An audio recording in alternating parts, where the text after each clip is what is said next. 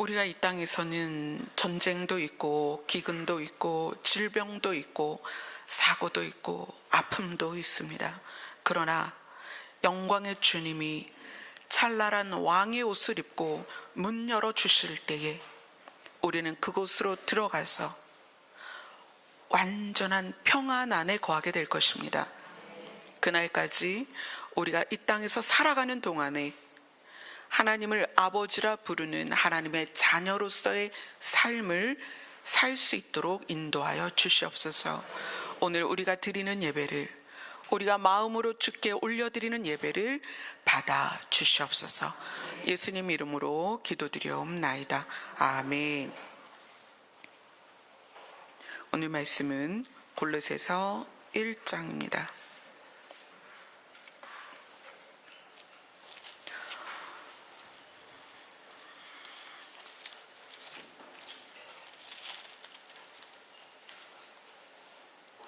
골로새서 1장 3절로 8절 말씀을 우리 다 같이 읽도록 하겠습니다. 시작. 우리가 너희를 위하여 기도할 때에 하나님 곧 우리 주 예수 그리스도의 아버지께 감사함. 이는 그리스도 예수 안에서 너희의 믿음과 모든 성도에 대한 사랑을 들었으며 너희를 위하여 하늘에 쌓아둔 소망으로 말미암으니 곧 너희가 전에 말씀을 들은 것이니라. 이 복음이 너희의 이름에 너희가 듣고 참으로 하나님의 은혜를 깨달은 날부터 너희 중에서와 같이 또한 온 천하에서도 열매를 맺어 자라는도다. 이와 같이 우리와 함께 종된 사랑하는 에바브라에게 너희가 배웠나니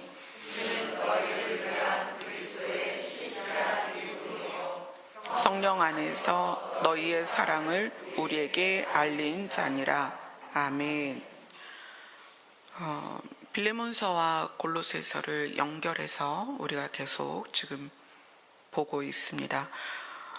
오늘 말씀은 사도 바울이 골로새 교회에게 편지를 하면서 골로새 교회의 특징을 서두에 씁니다. 우리가 너희를 위하여, 여기서 우리는 바울과 디모데를 말하죠. 너희를 위하여, 골로새 성도들을 위하여 기도할 때마다 하나님 곧 우리 주 예수 그리스도의 아버지께 감사한다. 너희들을 생각하면서 나는 감사한다. 4절이 이렇게 시작해요. 이는 왜냐하며, 내가 하나님께 감사하는 이유는 골로새 교회의 특징을 이제 하나하나 이야기합니다. 첫 번째는 그리스도 예수 안에서 너희의 믿음이 있다. 이거는 그리스도 예수를 믿는 믿음 안에 너희가 있다. 또 너희의 믿는 믿음은 그리스도 예수를 믿는 믿음이다. 이것이 골로새 교회의 바른 성도들에 대한 특징이에요. 그리스도 예수를 믿는 너희의 믿음. 그것 때문에 내가 하나님께 감사한다.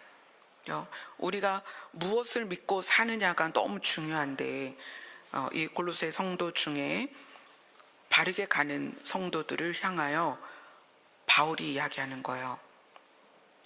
내가 하나님께 감사하는데 왜냐하면 그리스도 예수를 믿는 믿음 안에 너희가 있다라고 이야기를 해요. 이게 골로새 교회의 특징입니다. 그 다음 두 번째는 4절에 모든 성도에 대한 사랑을 들었다. 너희들이 모든 성도에 대하여 너희가 베푸는 사랑에 대해 내가 들었어. 그러니까 골로새 교회에 대한 소식을 들은 거예요, 바울이. 그래서 하나님께 감사하며 기도를 했어. 너희를 위해서. 첫째는 너희가 그리스도 예수를 믿는 믿음 안에 있다는 것과, 두 번째는 모든 성도에 대하여 너희가 사랑을 베풀고 있다는 것을 들었어. 그래서 하나님께 감사해. 그리고 세 번째는 5절에 너희를 위하여 하늘에 쌓아둔 소망으로 말미암아. 그러니까 성도들에게 너희가 사랑을 베푸는데 그 사랑을 베푸는 근거가 뭐냐면 너희가 하늘의 소망을 쌓았기 때문이다. 하늘의 소망을 쌓았기 때문에, 너희가 하늘의 소망을 두었기 때문에 성도들에게 사랑을 베풀 수 있다는 거다. 그래서 5절에서 너희를 위하여 하늘에 쌓아둔 소망으로 말미암음이니, 성도에 대한 사랑, 성도에게 베푸는 사랑은 무엇으로 말미암는다? 소망을 하늘에 쌓았기 때문에, 너희의 소망이 하늘에 있기 때문에, 그래서 너희가 사랑을 성도들에게 베풀 수 있었다라고 바울이 이야기를 하는 거예요. 베드로전서에서는 이 소망을 산 소망이다 이렇게 얘기해요. 우리가 굉장히 다양한 소망을 갖고 있죠. 뭐 이런저런 것도 다 소망이라는 단어로 대체를 할 수 있는데, 여기서 말하는 소망은 하늘에 쌓는 소망이고 하늘에 있는 소망이고, 이거를 베드로전서에서는 산 소망이다. 그럼 이거는 구체적으로 베드로전서에서 뭐라고 표현하냐면, 예수님이 죽었다가 살아나셔서 그분이 다시 오실 때 우리를 그리스도처럼 다시 살려서 다시는 죽지 않는 완전한 몸을 갖게 될 거다. 이게 산 소망의 내용이에요.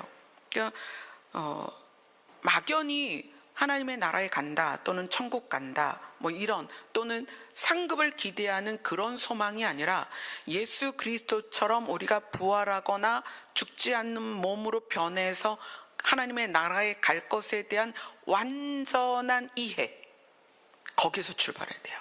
완전한 이해가 있어서 소망을 하늘에 두고 나니 이 땅에서는 공동체 성도들에게 뭘 할 수 있다? 사랑을 베풀 수 있다. 이게 골로새 교회의 특징이었다는 거예요. 이것을 이제 바울이 그렇게 내가 들었어, 그래서 하나님 아버지께 감사할 수 있었다, 이렇게 골로새 교회에 편지하는 서두를 장식을 하고 있습니다. 자, 6절을 같이 읽겠습니다. 시작.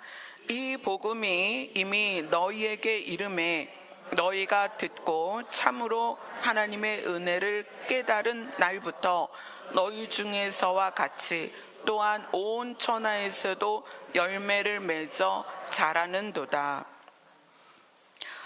좀 복잡하긴 한데, 이게 이제 내용이 뭐냐면, 이 복음이 어떤 복음이죠? 예수 그리스도로 말미암아 예수 그리스도의 다시 사심 또는 부활이 우리를, 예수 그리스도가 다시 오시는 날 우리도 살리고, 죽은 자는 우리도 살리고 살아있는 자는 죽지 않는 몸으로 바뀌어서 예수 그리스도와 영원히 함께 있을 것이다라는 이 복음이 이미 너희에게 이르러서, 너희에게 다다라서 그 복음으로 말미암아 하나님의 은혜를 깨달은 날로부터 너희도 열매를 맺고 온 천하가 열매를 맺고 있다. 복음으로 말미암아. 그러니까 복음으로 말미암아 천하의 열매를 맺는 거는, 복음의 열매는 산소망을 가진 자들이 늘어나는 것이고, 그 복음이 받아들여진 우리에게도 열매를 맺는데, 6절 끝에 보면은 열매를 맺어 어떻게 된다? 자라는도다. 이런 아주 우리에게 점진적인 변화의 모습을 단적으로 이렇게 표현하고 있어요. 자라는도다. 열매를 맺어 자라는도다. 이 자란다는 것은요, 이 자라난다, 이거는 되게 이제 점진적인 것을 우리에게 암시하고 있죠. 우리가 골로새서 1장이 본문인데 1장 10절을 한번 보겠습니다. 같이 읽겠습니다. 시작. 주께 합당하게 행하여 범사에 기쁘시게 하고 모든 선한 일에 열매를 맺게 하시며 하나님을 아는 것에 자라게 하시고. 자, 이것도 여기 지금 자라게 한다라는 점진적인 모습, 또는 우리는 이제 그거를 한마디로 말하면은 성장, 이렇게 하죠. 자라난다, 성장. 근데 하나님을 아는 것도 자라나야 된다. 여러분이 하나님에 대한 인식, 지식 또는 공감대, 이런 것들이 자라나야 됩니다. 그래서 바울은 너희들을 위해서 기도하는데 너희들이 하나님을 아는 것에서 자라나게 하시기를 기도하고 있다라고 이야기를 해요. 자, 그 다음에 골로새서 2장으로 갑니다. 2장 19절 같이 읽습니다. 시작. 머리를 붙들지 아니하는지라 온몸이 머리로 말미암아 마디와 힘줄로 공급함을 받고 연합하여 하나님이 자라게 하심으로 자라느니라. 이 머리를 붙들지 않는 사람들은 꾸며낸 겸손, 천사를 숭배하는 자들, 그러니까 율법적이고 또 영지주의적인 그런 사람들에 대해서는 예수 그리스도를 붙들지 않는다. 그러니까 머리가 예수 그리스도죠. 예수 그리스도를 붙들지 않는다. 온 몸이 머리로 말미암아 마디와 힘줄로 공급함을 받고 연합하여 누가 자라게 하신다? 하나님이 자라게 하심으로 자라느니라. 그러니까 우리가 신앙 안에서 점진적인 성장, 자, 점진적인 성장에 반드시 필요한 것은 시간입니다. 우리의 성장에는 시간이 필요합니다. 그래서 제가 여러분에게 늘 강조하는 것, 내가 지금 보고 있는 이 사람, 내가 보고 있는 저 사람이 결론이 아니다. 왜냐하면 우리에게는 점진성이라는 게 있어요. 점진적으로 자라난다. 그럼 이거는 성장이죠. 성장과 성숙은 시간이 필요하다. 그렇기 때문에 우리가 대하는 사람들에 대하여 지금의 모습을 결론으로 생각하지 말라는 거예요. 지금의 모습을 결론으로 생각하는 행동이 뭐냐면 비난과 비판이에요. 비난과 비판은 그 사람의 지금의 모습을 결론이라고 단정 짓는 거예요. 그런데 성경은 뭐라고 이야기하죠? 하나님께서 자라게 하심으로 자라날 것이다. 그렇게 이야기를 하고 있습니다. 고린도전서 3장에서도 그렇죠. 바울이 내가 심고 또 다른 사람이 물 주고 그러지만 자라게 하는 건 누구다? 하나님이시다. 자라게 하는 건 하나님이십니다. 그래서 우리에 대한, 나에 대한 성장도 당연히 하나님이 하시겠지만 내가 보는 그 누구도 하나님이 성장시키십니다. 그거에 대한 하나님을 아는 것도 자라야 되는데 우리가 하나님을 아는 것 중에 어떤 게 있어야 되냐면 나와 타인에 대하여 자라게 하실 의지가 그분에게 있다. 아멘. 그래서 우리는 내가 보는 사람, 그것이 자녀이든 남편이든 아내든 부모이든 형제든 공동체 지체든 현재의 모습을 비난하거나 비판하지 마라. 왜요? 그는 하나님이 책임지고 자라게 하신다. 물론 성장 속도는 다를 수 있어요. 그러나 우리가 보는 성장의 속도라는 게 길이만 길어진다고 진짜 많이 성장하는 거냐? 뿌리가 깊이 내리는 나무가 있고요. 굵기가 굵어지는 나무가 있고 길이가 길어지는 나무가 있어요. 잎이 많은 나무가 있고요. 열매가 많은 나무가 있어요. 우리는 누구도 우리의 견해로 판단할 수 없다. 왜냐하면 각각의 그 사람을 누가 자라게 하신다? 하나님이 자라게 하시기 때문이에요. 그래서 이 바울이 골로새 교회를 향해서 너희들이 그렇게 예수를 믿는 믿음 안에서 성도에게 사랑을 베풀고 하늘의 소망을 쌓을 수 있도록 된 것은 누가 하신 거다? 하나님이 하신 거다. 아멘. 그래서 우리가 어떤 사람에 대해서 실망할 필요가 없어요. 왜? 하나님이 잘하게 하실 것이기 때문입니다. 자, 그 다음에 7절을 같이 읽겠습니다. 시작. 이와 같이 우리와 함께 종된 사랑하는 에바브라에게 너희가 배웠나니 그는 너희를 위한 그리스도의 신실한 일꾼이요. 자, 오늘 골로새서 1장 7절에 에바브라라는 사람이 나왔습니다. 이 에바브라라는 사람은 빌레몬서에 등장하는 사람입니다. 우리 빌레몬서 1장으로 갑니다.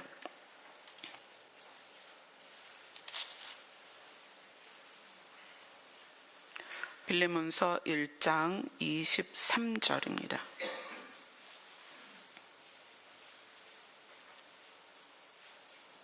같이 읽습니다. 시작. 그리스도 예수 안에서 나와 함께 갇힌 자 에바브라와, 네, 이 빌레몬서에서 우리가 함께 나눈 사람은 빌레몬과 오네시모죠. 빌레몬과 오네시모 말고는 이렇게 비중 있게 다루지 않은 것 같은데, 이 에바브라는 어떤 사람이었냐면, 이 에바브라에 대하여 이 바울이 기록한 내용이 있습니다. 7절에 보면 골로새서 1장 7절입니다. 사실 골로새 교회에 대하여 누구에게 전달을 받았냐면 에바브라에게 전달을 받은 거예요.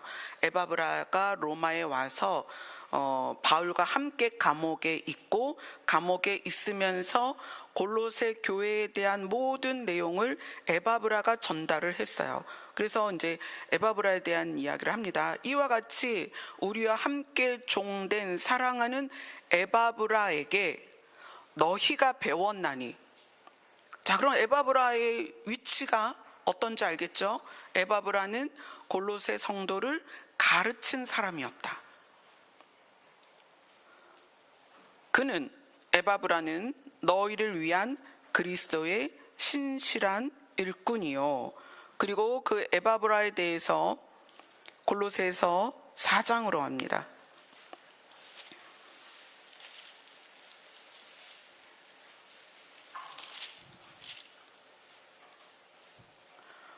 4장 12절을 같이 읽습니다. 시작. 그리스도 예수의 종인 너희에게서 온 에바브라가 너희에게 문안하느니라. 그가 항상 너희를 위하여 애써 기도하여 너희로 하나님의 모든 뜻 가운데서 완전하고 확신 있게 서기를 구하나니. 에바브라는 사람이 골로새 교회 성도들을 가르쳤는데, 가르치다가 로마에 와서 바울과 함께 감옥에 투옥된 상태예요. 그리고 바울에게 골로새 교회의 현재 상황을 이야기를 해줘서, 골로새 교회는 우리가 봤죠? 예수를 믿는 믿음 안에 성도들이 있고, 그리고 성도들에게 사랑을 베풀고, 그죠? 사랑을 베풀고, 그 다음에 산 소망을 가지고 있다라는 이야기를 에바브라에게 전해 들었습니다. 그리고 바울이 에바브라가 너희를 위해서 기도하고 있어. 항상 애써 기도하는데 어떤 내용을 기도하냐면, 하나님의 모든 뜻 가운데서 완전하고 확신 있게 서기를. 누가? 성도가 하나님의 모든 뜻 가운데서 완전하고 확신 있게 서기를 구하고 있다, 이렇게 얘기해요. 어쩌면 목회자들이 성도들을 향하여 하는 기도인 것 같아요. 저도 여러분들이 믿음 안에서 하나님의 뜻이면 우리가 예수 그리스도 다시 오시는 날 그분 앞에 서기를, 그리고 그분이 왕으로서 문을 열 때 그 문 안으로 들어가기를 소원하는 그 소원 가운데에서 여러분들의 삶이 완전하고 또 믿음의 확신이 있게 서기를 바라는 저의 마음이 오늘 로마의 감옥에서 성도를 위하여 기도하는 에바브라의 기도랑 동일하다는 거예요. 그 에바브라가 감옥 안에서 너희를 위하여 어떻게 기도한다? 애써 기도한다. 애써 기도하는데 하나님의 모든 뜻 가운데서 완전하고 확신 있게 서기를 구하고 있다라고 바울이 편지를 쓴 거예요. 에바브라는 너희에게서 왔고, 에바브라는 너희를 가르쳤고, 지금은 나와 감옥에 있고 나와 함께 너희를 위하여 애써 기도하는데 하나님의 모든 뜻 가운데서 너희들이 완전하고 확신 있게 서기를 구하고 있다라고 바울이 에바브라에 대한 안부를 지금 전하고 있는 거예요. 근데 골로새서 1장으로 본문으로 돌아갑니다.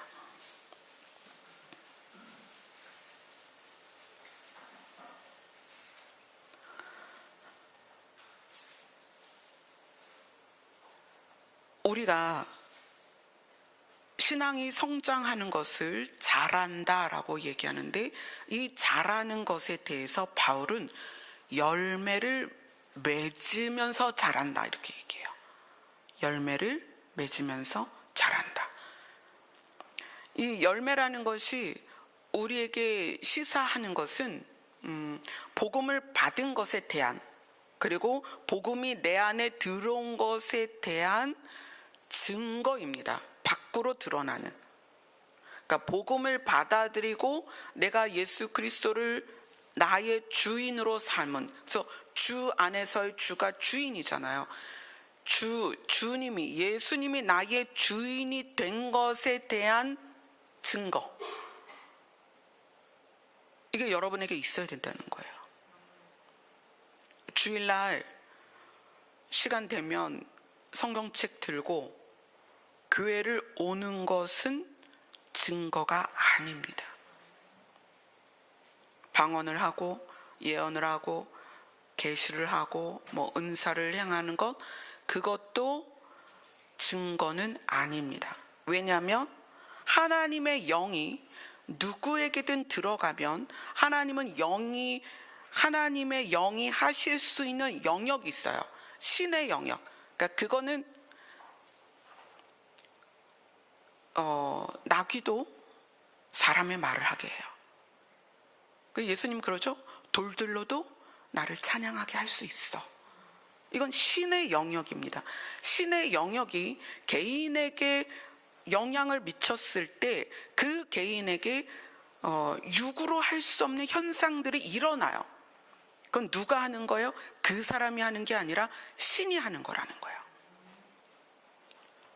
저도 목회 현장에서 여러 가지 일들이 있습니다. 어떤 과거를 알아맞히기도 하고, 미래를 예견하기도 하고, 질병이 고쳐지기도 하고, 어떤 사건을 현장에서 보지 않고 알기도 하고 그래요. 근데 그게 제가 하는 게 아니고 그건 신의 영역이에요.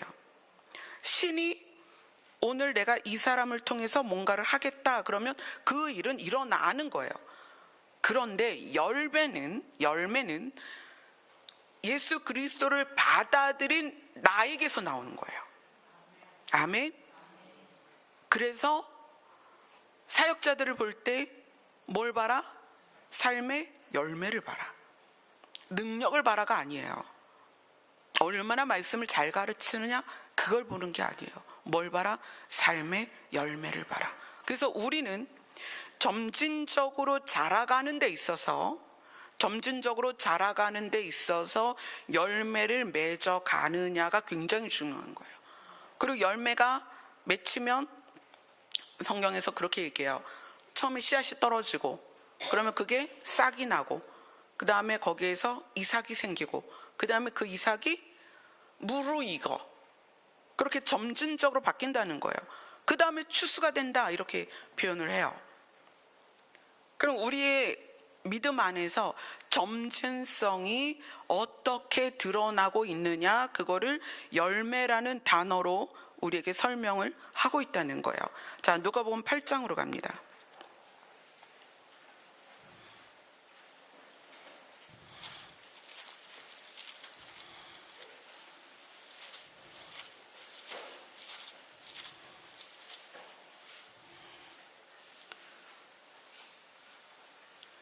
누가복음 8장은 네 가지 땅에 떨어진 씨의 비유입니다. 그래서 땅은 사람의 마음을 말하는 거고, 씨는 복음을 말하는 거예요. 그죠? 그래서 누가복음 8장 12절부터 15절까지 같이 읽겠습니다. 시작. 길가에 있다는 것은 말씀을 들은 자니 이에 마귀가 가서 그들이 믿어 구원을 얻지 못하게 하려고 말씀을 그 마음에서 빼앗는 것이요. 바위에 있다는 것은 말씀을 들을 때에 기쁨으로 받으나 뿌리가 없어 잠깐 믿다가 시련을 당할 때에 배반하는 자요. 가시떨기에 떨어졌다는 것은 말씀을 들은 자이나 지내는 중 이생의 재물과 향락의 기운이 막혀 온전히 결실하지 못하는 자요. 좋은 땅에 있다는 것은 착하고 좋은 마음으로 말씀을 듣고 지키어 인내를 실라는 자니라. 자, 이 밭의 비유는 밭은 우리의 마음이고 떨어진 씨앗, 이것이 말씀이고 복음입니다. 그런데 자라난다, 하나님이 자라게 하시는 것이 여기서 어떻게 적용이 되냐면, 우리는 길가일 수도 있고 바위 위에, 이건 돌밭에 떨어졌다는 거예요. 씨앗이 가시떨기에 떨어졌을 수도 있습니다. 그러한 우리가 때로는 말씀이 내 마음에서 빼앗기기도 하고, 그리고 시련을 당할 때 나 이제 안 믿을 거야, 이럴 수도 있고, 그리고 이생의 염려, 삶의 염려나 재물의 유혹이죠. 재물을 탐하는 마음이나 향락의 기운이 막혀서 온전히 결실하지 못할 수도 있습니다. 자, 지금의 상태는 결론이 아니다. 어떻게 될 수 있다? 이것이 좋은 땅으로 바뀔 수 있다. 그 얘기는 우리 마음이 바뀔 수 있다는 거예요. 그래서 우리 마음이 바뀌면 뿌리를 내리고, 그죠? 뿌리를 내리고, 빛이, 가시떨기에 빛이 막혔었는데 이것이 제거가 되고 하늘의 기운이 내려와서 어떻게 돼요? 결실을 하고, 그리고 그 결실이 익어야죠.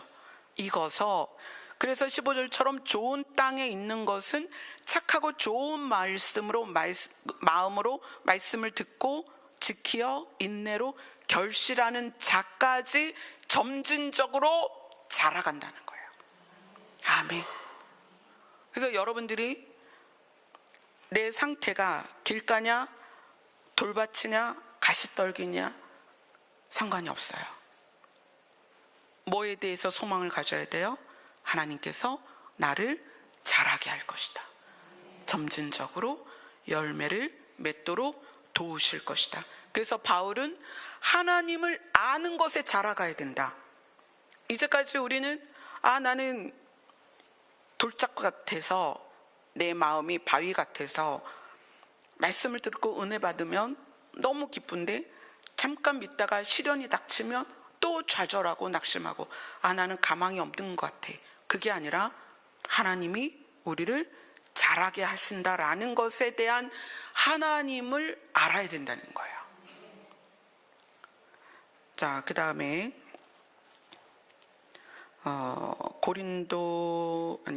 갈라디아서를 볼게요. 갈라디아서 5장입니다.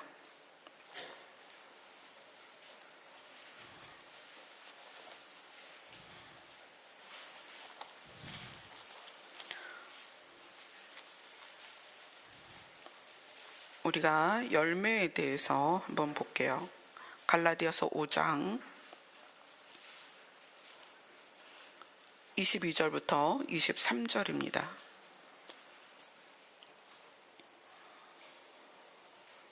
같이 읽습니다. 시작. 오직 성령의 열매는 사랑과 희락과 화평과 오래 참음과 자비와 양선과 충성과 온유와 절제니 이 같은 것을 금지할 법이 없느니라.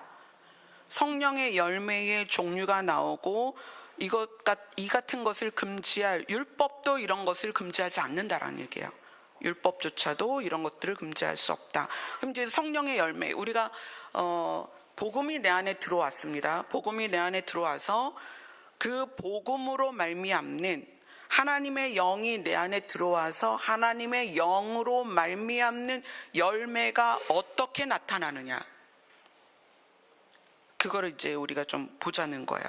자, 첫 번째는 사랑입니다. 사랑은 감정적으로 누가 좋은 게 아닙니다. 연인 간의 사랑은 좋은 거일 수 있어요. 근데 그 사랑조차도 굉장히 유통기한이 짧습니다. 그래서 진짜 사랑은 성경에서 말하는 하나님을 사랑하고 이웃을 사랑하는, 그래서 내 목숨을 내어줄 정도로 되는 그런 성숙한 사랑을 말하는 거예요. 그 다음에 사랑 다음이 뭐죠? 희락이에요. 희락은 기쁨입니다. 이 기쁨은 어떤 기쁨일까요?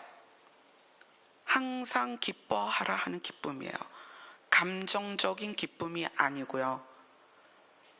하늘에 소망을 두고, 하늘의 소망이 있기 때문에 이 땅에서 어떤 상황도 견디어내는 기쁨을 말하는 거예요.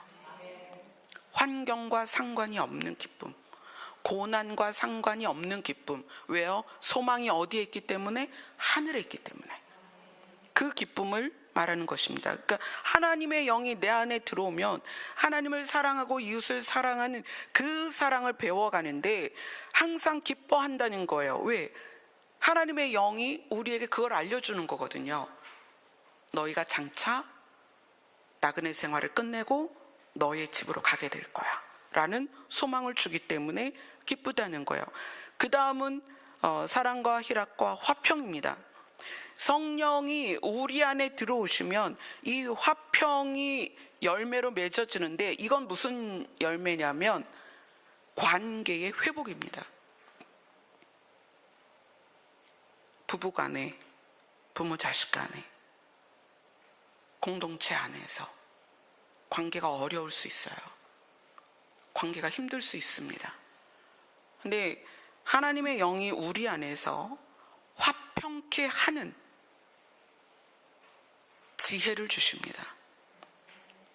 상대를 보고 결론이라고 생각하지 않고 하나님도 저 사람을 자라나게 하실 거야 라는 기대와 소망을 가지고 상대를 어떻게 해요? 이해를 하게 되죠. 그래서 관계가 회복이 되고, 그 다음에 회복된 관계가 또 나빠지는 것이 아니라 회복된 상태를 유지하는 것, 이것이 화평입니다. 하나님의 영이 우리 안에 들어오면 우리 안에 화평하게 하는 힘이 생긴다는 거예요. 점차. 그래서 두루 관계가 회복이 되고 회복된 관계를 유지하게 된다는 거죠. 자, 그 다음에 오래 참음입니다. 오래 참음이라는 것은 이를 악물고 억지로 참는 게 아니에요. 이 오래 참음은 긴 마음이라는 뜻인데, 이 긴 마음이란 건 어떤 거냐면 죄에 대하여 내가 죄를 지을 수밖에 없는 상황에서, 또는 악에 대하여 악한 것에 내가 손을 내밀 수밖에 없는 그런 상황에서 죄나 악으로 다가가지 않으려는 내 마음, 그거를 길게 유지한다는 거예요. 자, 오래 참음이 뭐다? 고통을 참는 거, 이런 게 아니에요. 고통을 참고 아픔을 참고 억울해도 참고 이런 참음이 아니라, 복음이 내 안에 들어와서 그 복음으로 산 소망이 생긴 상태에서 요 마음을 길게 유지한다는 거예요. 그리스도로 말미암는 기쁨을 얻었을 때 그 기쁨의 상태를 오래 유지하는 거예요. 죄나 또는 악한 말, 악한 행동으로 내가 바뀌지 않도록. 그런데 죄나 악에 다가갈 수 있죠. 그러면 다시 돌아와서 그리스도로 출발된 마음을 다시 유지시키는 거예요. 그리스도로 정결케 된 내 마음을 오래 유지하려고 노력하는 것. 이게 오래 참는 거다. 긴 마음이다. 더럽히지 않는 것이다. 자, 그 다음에 자비. 자비는 친절 또는 부드러운 마음, 불쌍히 여기는 마음입니다. 근데 이 자비가 내 안에 생기려면 죄인 의식이 있어야 돼요. 내가 누구였다? 예전에 죄인이었다. 나도 악한 자리에 있었다. 그러나 하나님께서 나를 불쌍히 여겨주셨다. 그래서 성경은 그 예를 왕에게 빚을 탕감받은 신하로서 비유를 하죠. 우리는 하나님께로부터 지옥에 갈 수밖에 없는 악함을 탕감받았습니다. 그게 하나님의 우리를 향한 자비입니다. 그래서 우리가 대인관계 안에서 가족이든 공동체 지체든 우리 안에서 그런 마음, 부드러운 마음, 불쌍히 여기는 마음을 갖게 된다는 거죠. 자비 다음에 양선입니다. 양선은 부드러운 마음과 불쌍히 여기는 마음을 가지고 선한 행동을 하는 거예요. 양선은.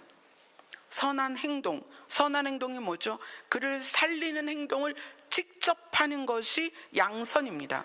근데 거룩이 상태적인 거라면, 우리가 거룩해야 아버지를 볼 수 있다라고 얘기하잖아요. 거룩이 상태적인 거라면 거룩을 실천하는 게 양선입니다.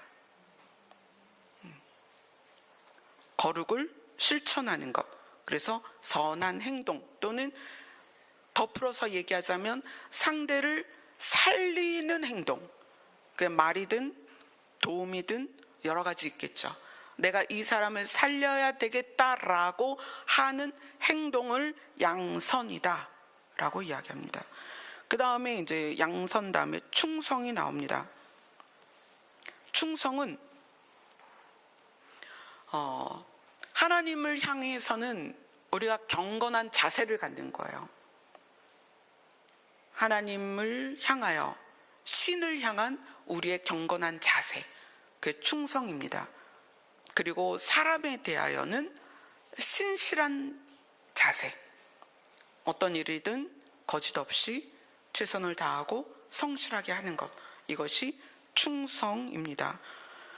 그 다음에 이제 온유는 자비는 상대를 향하여 부드러운 마음과 불쌍히 여기는 마음이고, 양선은 그거를 실천하는 건데, 온유는 태도예요. 태도. 그러니까 늘상 내가 가지고 있는 태도예요. 그래서 표정과 말투에서 온유가 나옵니다. 부드러운 표정 또는 따뜻한 말투, 따뜻한 표정, 따뜻한 태도. 그러니까 자비는 있는데 온유가 없다? 불가능한 겁니다. 그죠? 양선, 선한 행동을 하고 거룩을 실천하는데 온유하지 않다? 이것도 거짓이죠. 그래서 이 세 개가 한 세트입니다. 자비, 양선, 온유. 이거는 내면적인 것과 외면적인 것과 외면을 움직여내는 능력, 이게 다 들어있는 거예요.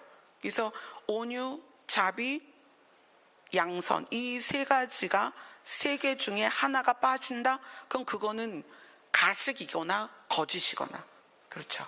이 세 가지가 다 하나의 그 형태이지만 내면적인 거냐, 외면적인 거냐, 또는 표면적인 거냐, 이렇게 구분을 할 수가 있습니다. 그 다음에 이제 마지막이 절제입니다. 절제는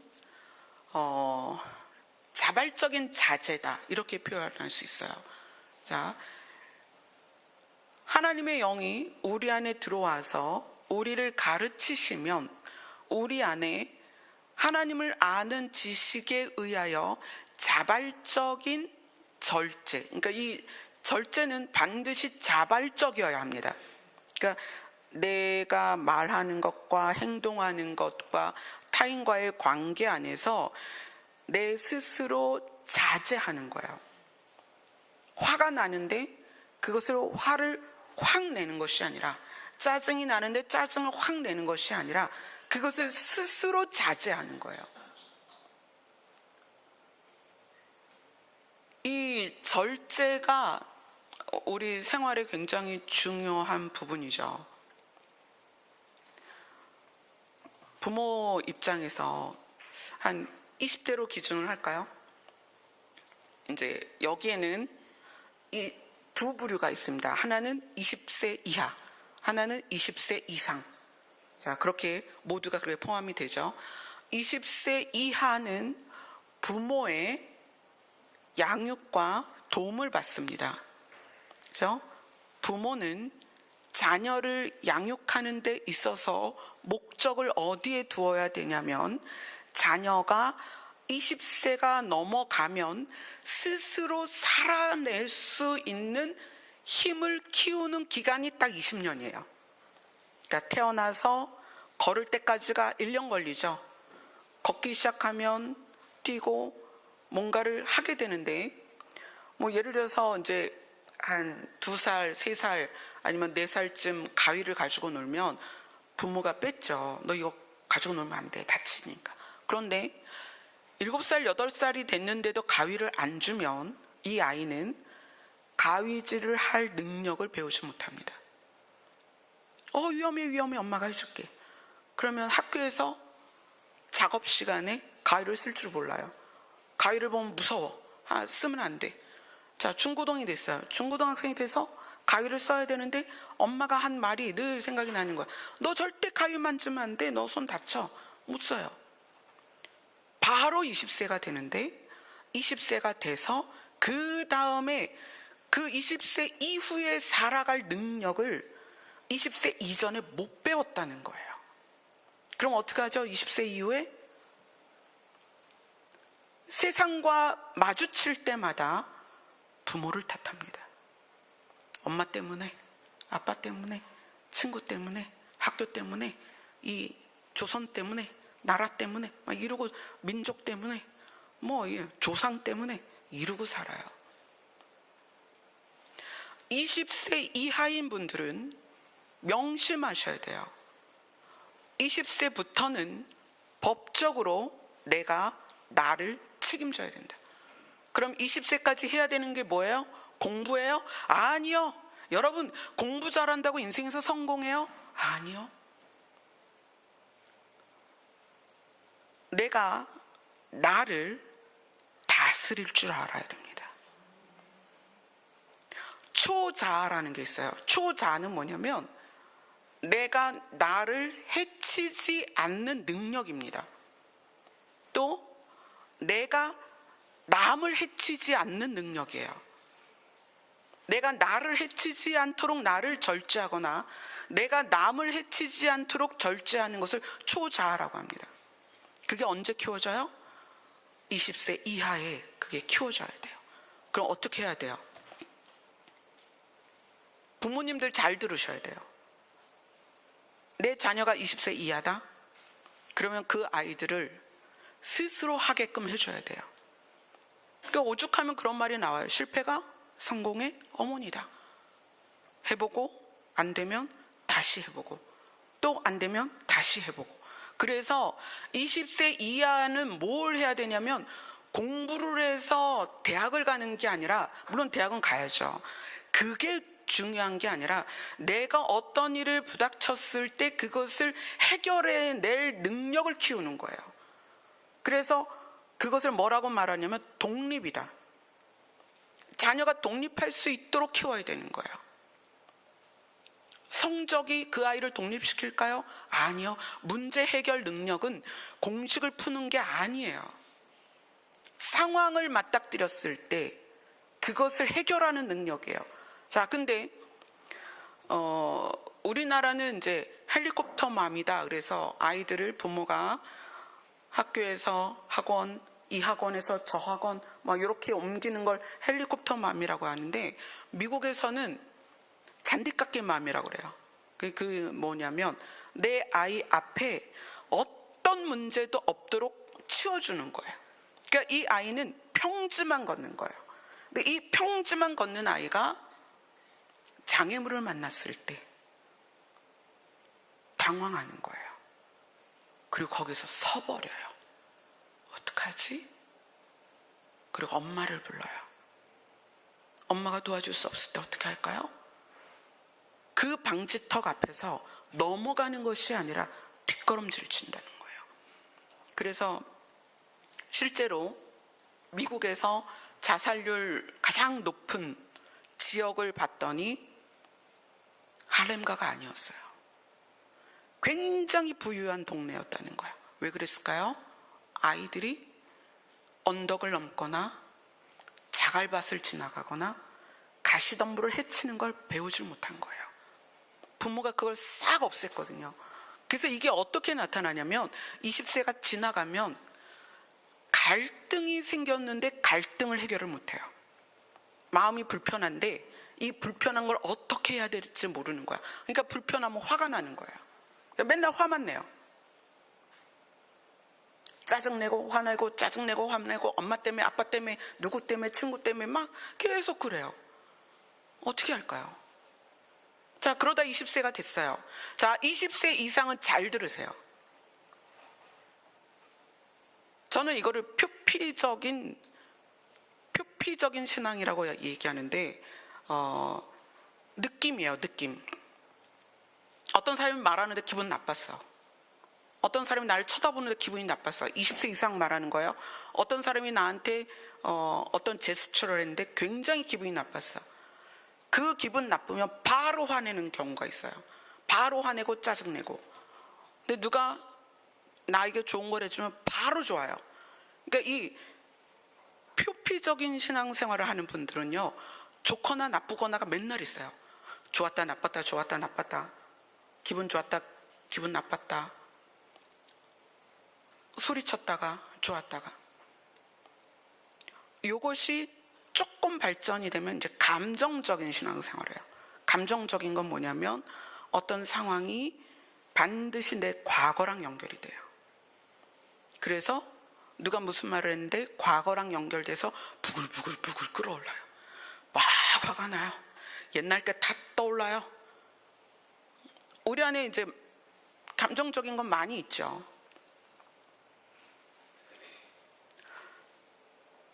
하나님의 영이 우리 안에 오셔서 뭘 하길 원하실까요? 우리에게 이런 성령의 열매를 맺어라 그러는데 어떻게 하냐는 거예요.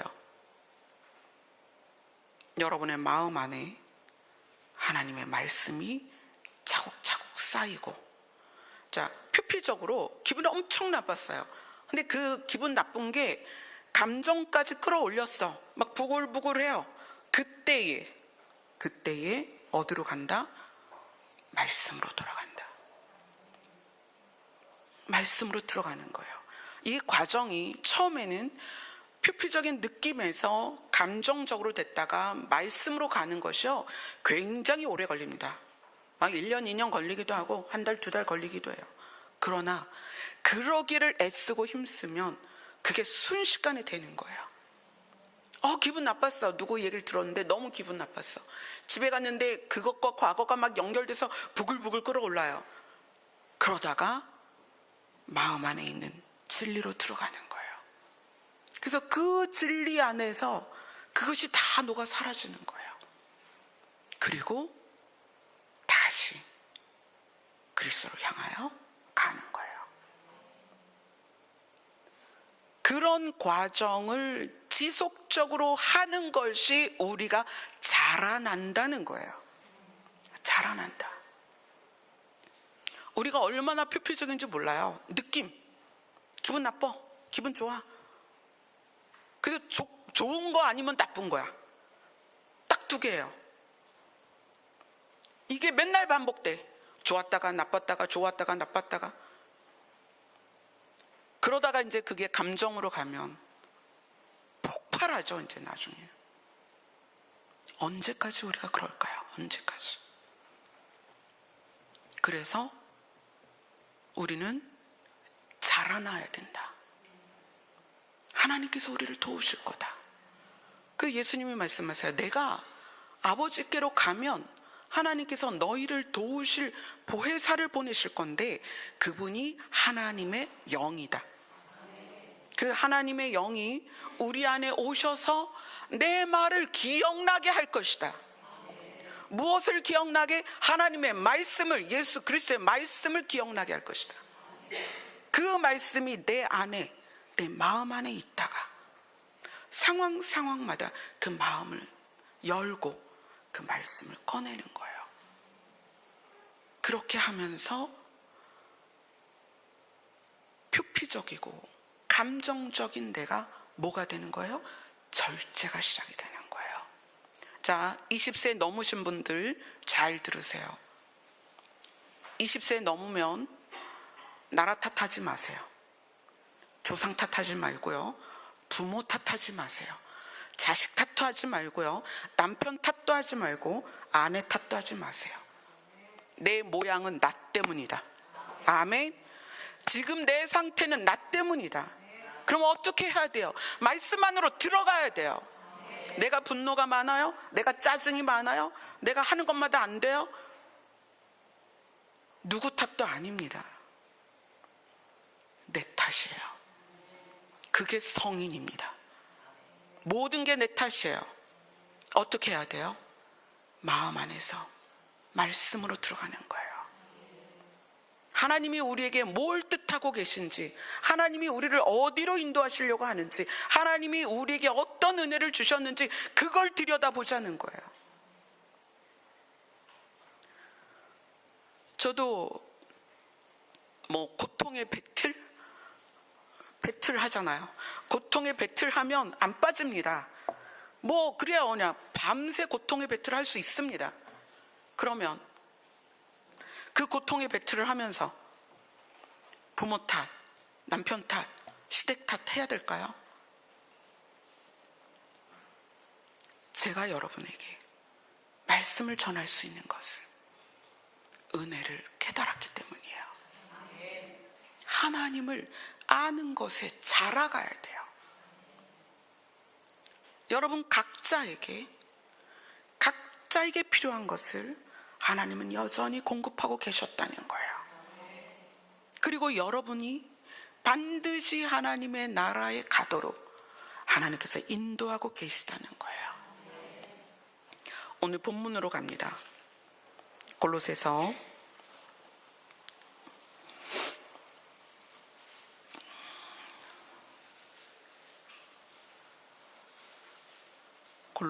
1장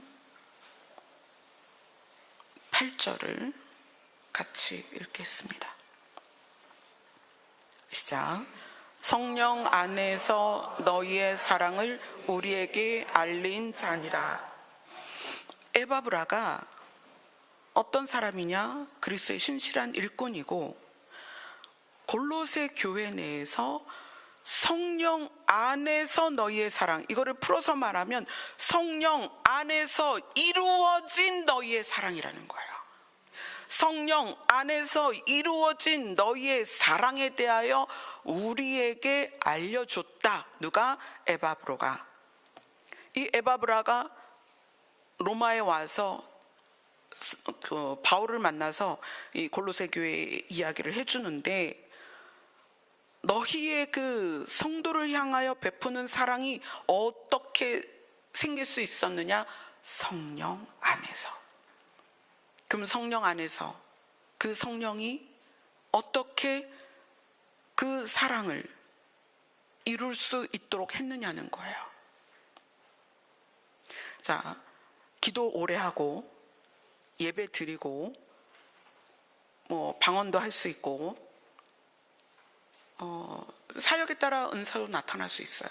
근데 그것은 개별적으로 성령이 필요에 따라 하는 거예요. 그런데 필수적으로 성령이 내 안에 들어오시면 성령께서 필수적으로 각 개인에게 하고자 하는 일이 뭐냐면 우리 안에 사랑이 자라게 하신다는 거예요. 그리고 그 사랑을 나누게 하신다는 거예요. 근데 그 사랑을 어떻게 자라게 해요? 우리가 두 손 올려서 막 기도하면 막 하나님의 영이 부어져서 우리 마음이 샥 바뀌나요? 아니요. 우리의 생각은 절대 안 바뀐다. 어떻게 알죠? 사울과 다윗을 비교하면서 우리가 봤습니다. 사울도 하나님의 영이 임했고 바울도 하나님의 영이 임했습니다. 사울은 심지어 예언을 하고 선지자들 사이에서 계시를 했던 사람이에요. 그러나 그것이 생각을 바꾸냐? 아니요. 그것이 마음을 바꾸는가? 아니요. 심지어 사울에 대해서는 그렇게 표현했어요. 사무엘상에서 그 사람이 새 사람이 됐고 새 마음이 됐다. 그런데 뭐가 안 바뀌어요? 생각이 안 바뀐다는 거예요.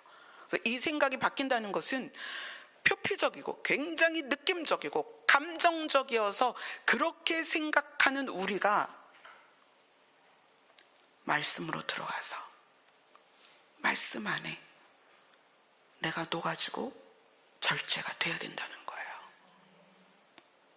하루아침에 안 됩니다. 특별히 내가 좀 기도를 많이 한다, 내가 좀 은사가 있다, 내가 좀 하나님의 음성을 듣는다, 이런 분들이 더 이 작업을 열심히 하셔야 됩니다. 왜냐하면 하나님의 음성을 듣는 것이 굉장히 느낌적이에요. 느낌을 굉장히 많이 사용합니다. 그렇기 때문에 느낌적으로 하나님의 음성을 들으면 그것을 가지고 감정적으로 행동하는 것이 아니라 어디로 들어가야 돼요? 마음 안에 말씀으로 들어가야 된다는 거예요. 아멘. 그리고 나서 나오는 행동들이 어떻게 나와야 돼요? 성령의 열매가 표현되어 주는, 우리에게 알려주는 그 모습이어야 된다는 거예요.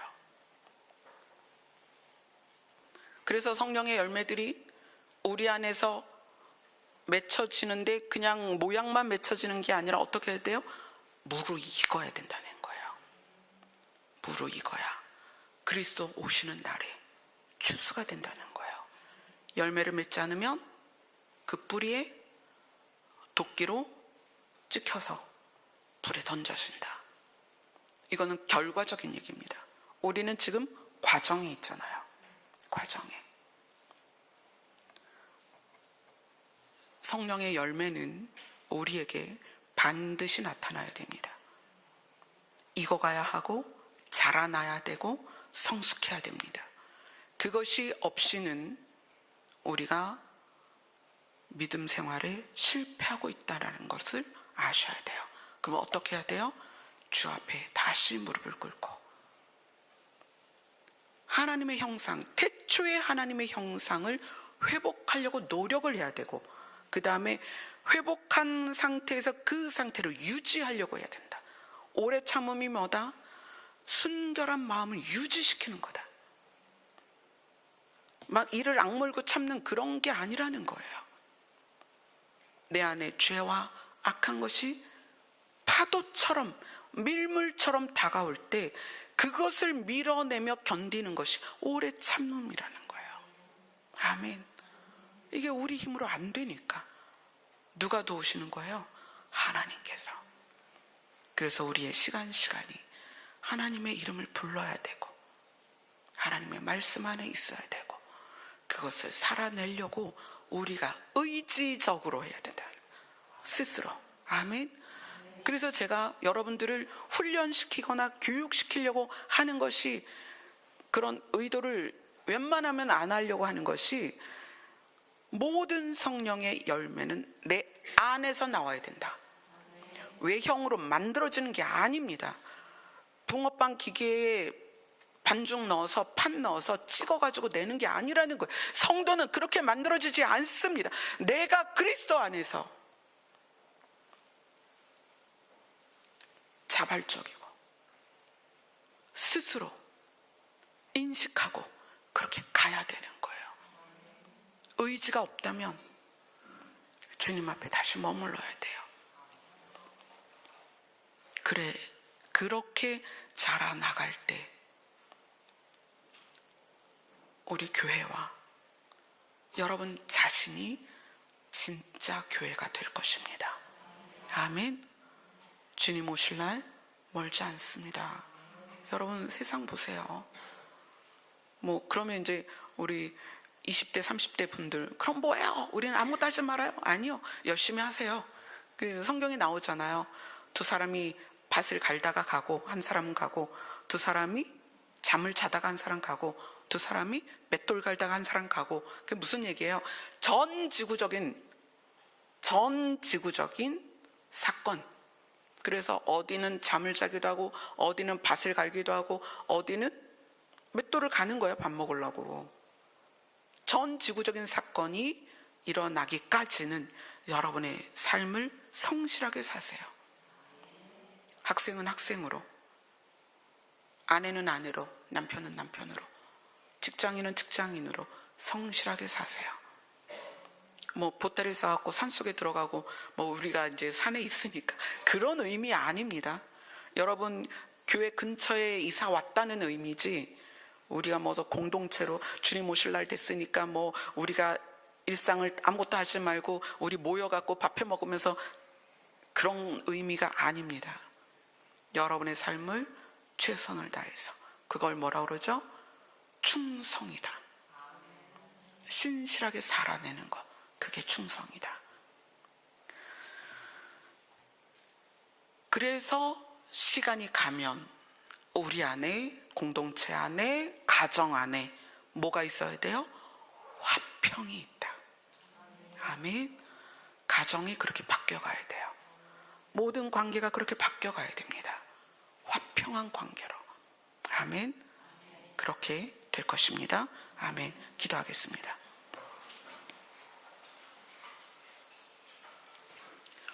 성령께서는 우리 안에서 그리스도의 말씀으로 하나님을 알도록 자라게 하시며, 성령께서는 우리 안에서 말씀으로 열매를 맺도록 도우십니다. 우리가 관계에 실패하고 삶에서 실패하는 경험들이 많습니다. 이제 예수 그리스도로 말미암는 성령 안에서 성령으로 자라나는 그런 믿음이 되게 하여 주시옵소서. 예수님 이름으로 기도드리옵나이다. 아멘. 성령 안에서 우리를 자라게 하신 위대하신 하나님을 찬양하겠습니다.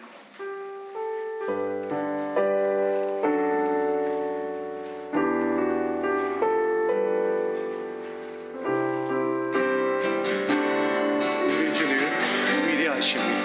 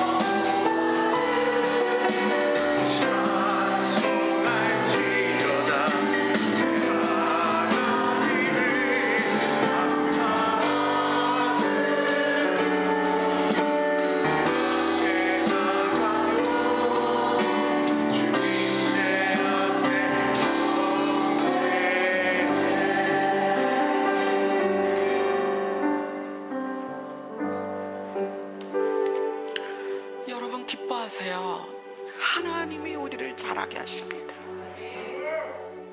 다른 누구가 아니라 하나님이 우리를 자라게 하십니다. 여러분에게 부모가 없을 수도 있어요. 남들보다 돈이 많지 않을 수 있습니다. 여러분에게 남들보다 가방끈이 짧을 수도 있어요. 그런데 그것이 여러분을 자라게 하는 것이 아니라 하나님이 여러분을 자라게 하십니다. 그래서 오늘 찬양에 그러잖아요. 하나님께서 구름으로 하늘을 덮으시고 땅을 위하여 비를 준비하십니다. 왜 그럴까요? 우리를 자라게 하시고 열매 맺게 도우십니다. 그분이 우리의 아버지세요. 아멘. 오늘 여러분들이 마음껏 아버지를 불렀으면 좋겠습니다. 그 아버지께서 여러분의 심령 안에 들어오셔서 위로하실 거예요. 걱정하지 마. 내가 너를 도울 거야. 내가 너를 공급할 거야. 내가 너를 자라게 할 거야. 네가 추수하게 가장 아름다운 열매를 맺도록 내가 너를 도울 거야. 오늘은 여러분이 위로를 받았으면 좋겠습니다. 아버지로부터 여러분 자신이 위로를 받았으면 좋겠습니다. 기도하겠습니다.